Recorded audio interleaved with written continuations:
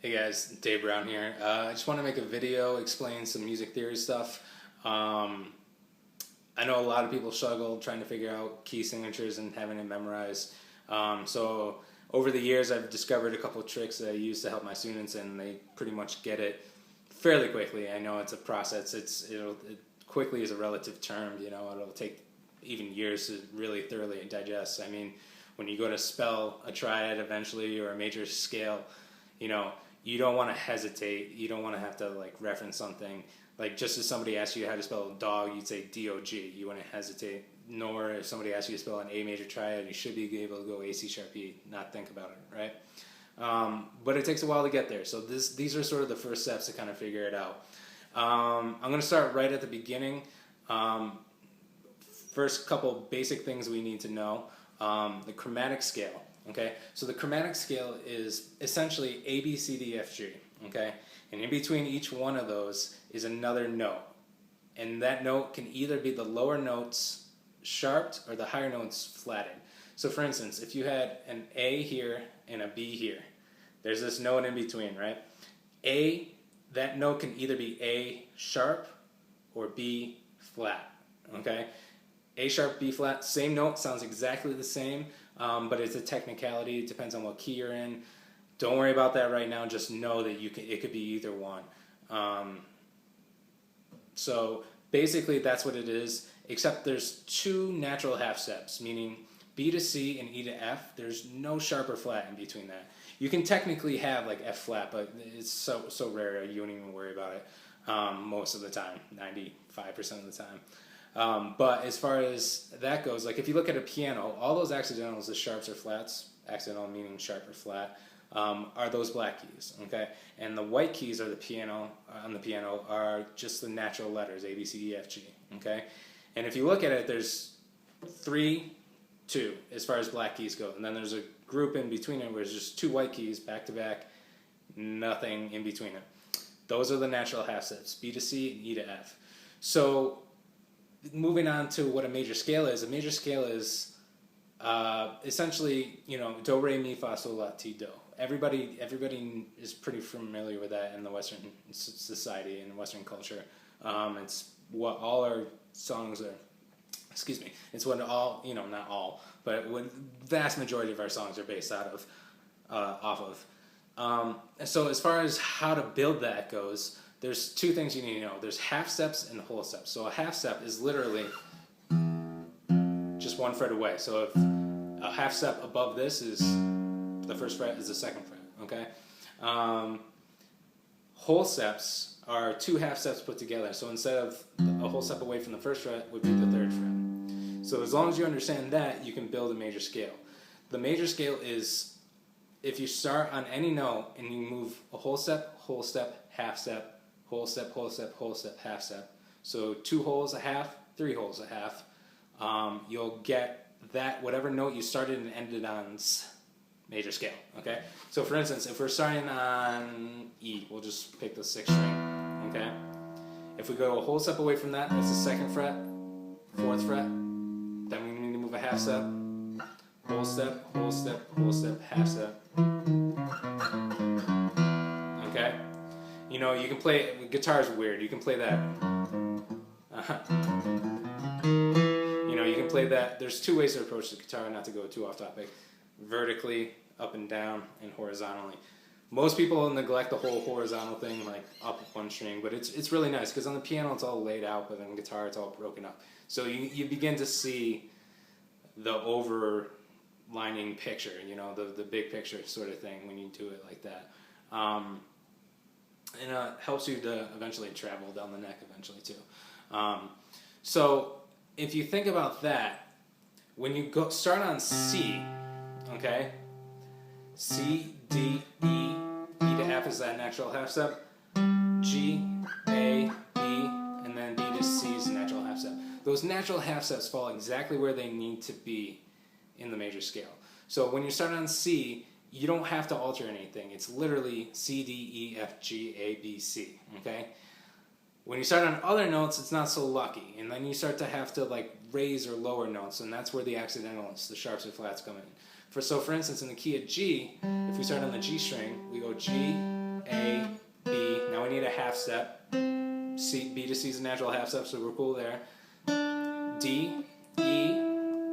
Now E to F is a natural half step, but we need one more whole step, so we got to take that F and raise it to F sharp, and then G. Now here's where the technicality comes into play. This is, I call this F sharp, not G flat. Why? Because when you're doing this, you can assign numbers to these, right? So you're going 1, 2, 3, 4, 5, 6, 7, 8, or 1. You're basically back at 1. So 1, 2, 3, 4, 5, 6, 7, 1. You can, so when you're assigning these numbers to these notes, you have to dedicate a letter to each number.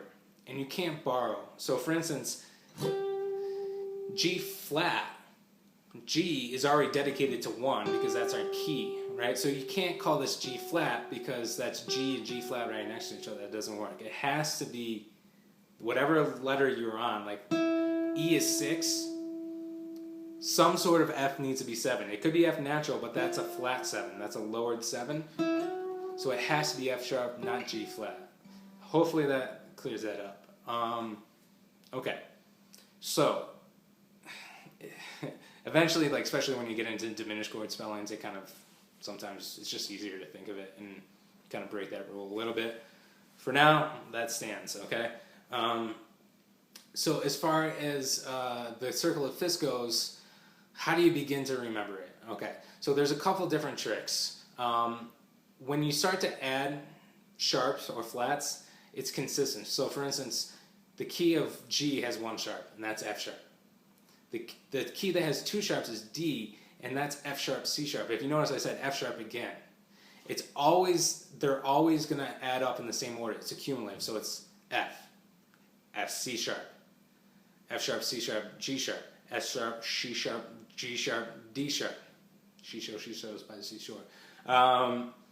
So you know what I'm saying? So it's always going to start at the beginning. So it's very important that you know that order. And so there's 2 sentences. One, it works one way for sharps, and if you reverse it completely, it'll work for flats too. So the sentence is, Father Charles goes down and ends battle. Okay? If you reverse it for flats, the order of flats is battle end and down goes Charles' father. Okay? And I'll write all this below too, so you can kind of do it, or you can be taking notes, however you like to work. So if you know those, you're golden on the order and what they are. Okay. There's 2 keys that won't fit into the sharp trick that I'm about to tell you or the flat trick I'm about to tell you. And those 2 keys you'll just have to memorize right off the bat. The first one's C. We already established no sharps, no flats. The second one is F, which is 1 flat. Okay. 1 flat, B flat, because battle, first flat, B flat. Battle ends and down goes Charles' father.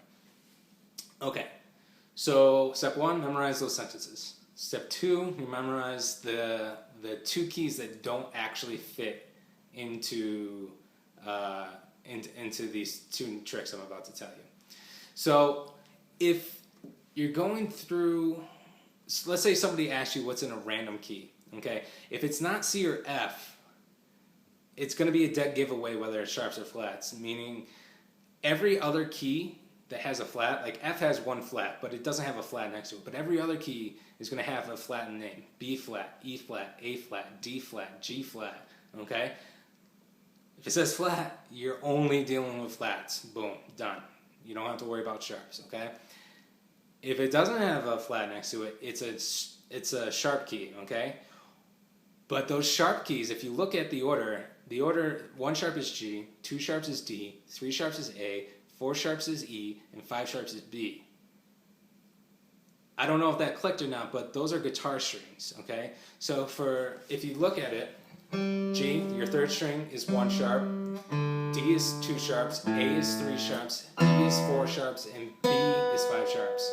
So if you go the 3rd string, 4th string, 5th string, 6th string, 2nd string, 1, 2, 3, 4, 5. You'll always remember the order. So, and then once you have those order the sharps, or I'm sorry, what key has how many, then you can apply the sentence. So let's say somebody asks you what's in the key of A. A is not C or F. Okay, so it's not no sharps or 1 flat, and there's no flat next to it. So it's got to be a sharp key. And it is a guitar string, so that's a dead giveaway too. So how many sharps are there?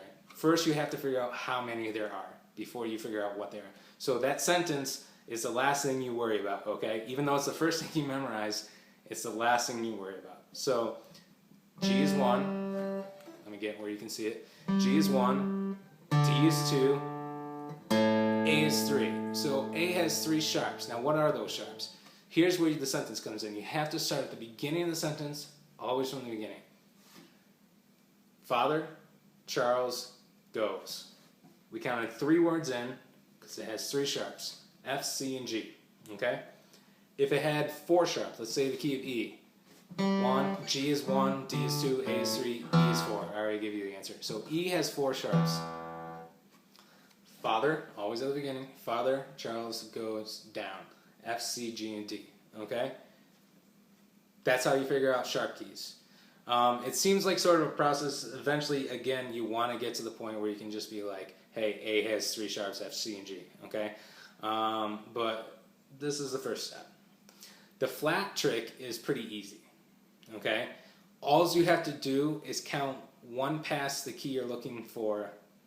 One past the key you're looking for in the sentence. So for instance, if I said B flat, I know that didn't really make sense, so let me explain myself. If I said B flat, okay, battle ends and down goes Charles' father. So you start on battle. There's your B flat right there. But you have to count one past it. So battle ends. The key of B flat has 2 flats, B flat and E flat. So by counting that many, one past it in the sentence, you're figuring out automatically how many there are. There's 2 flats, and what they are. Battle, and that's B and E, okay? So, for instance, somebody asks you what's in the key of A flat. Battle, ends, and, boom, there's your and, down. Battle, ends, and down. B, E, A, and D. And if you notice that, B, E, A, and D spells bead. So, there's another trick, okay? So, the first 4 flats spell the word bead, okay? But really, all you need to do is count one past it in the sentence. So, again, reiterate. Memorize those sentences. Battle ends. Father Charles goes down and ends battle for sharps. Battle ends and down goes Charles' father. Did I say that right? Whatever. I said it right the first time. I'm sure it was right then too. Step 2. C and F. Okay? C, memorizing the 2 keys that don't fit. C, no sharps and flats. F, 1 flat. Okay? Sharp trick. Guitar strings first to figure out how many sharps there are. Then count that many in the sentence. Flat trick, count one past that note in the sentence. So, A flat, we didn't do A flat. No, we just did A flat. E flat. B, E, battle ends, and. B, E, and A. E flat has 3 flats, B, E, and A. Okay? First 4 flats spell the word bead. Now, another way to really solidify these, and sort of, I find like a lot of people have trouble grasping this area right here. Like, you know, you start to learn the notes down here, the G, F, E, whatever. But this just becomes this black hole from like 5 to 12, just becomes this black hole of information. So a nice way to approach this is doing the horizontal scales. Just kind of climbing up one string, right? And only applying that key's accidentals. So let's say we pick G. G has 1 sharp, F sharp. Okay. So what you would do is you climb up each individual string, but only add 1 sharp. Okay. So each string is going to be different, and it's not going to sound like the key. When you start on G, it's going to sound like a G major scale. But when you start on another note, and you only use the G major scale's accidental 1 sharp, it's going to sound different. It's not wrong. It's actually technically a mode, okay? Which is a whole nother thing that we can get into later, maybe. Maybe we'll make another video. But essentially, you're going E, F sharp, G, A, B, C, D, E, and then right back down, okay? Each string, boom, okay? I don't know why I'm saying boom a lot. I've been doing that all day, random. So I hope that helps. If it does, hit me up. Drop me a line, because I just recently wrote a book on theory. I'm kind of a theory dork, and it's pretty in depth on a whole lot of stuff: arpeggios, chord inversions, scales, like how they line up and everything like that. So it's not published yet. Hopefully, it'll be published. I'll find out at the end of the month. But regardless, I would love some feedback on the book, whether it gets published or not. And I have a PDF version, so I can hook you guys up. So just hit me up. I hope that helps, and see you soon.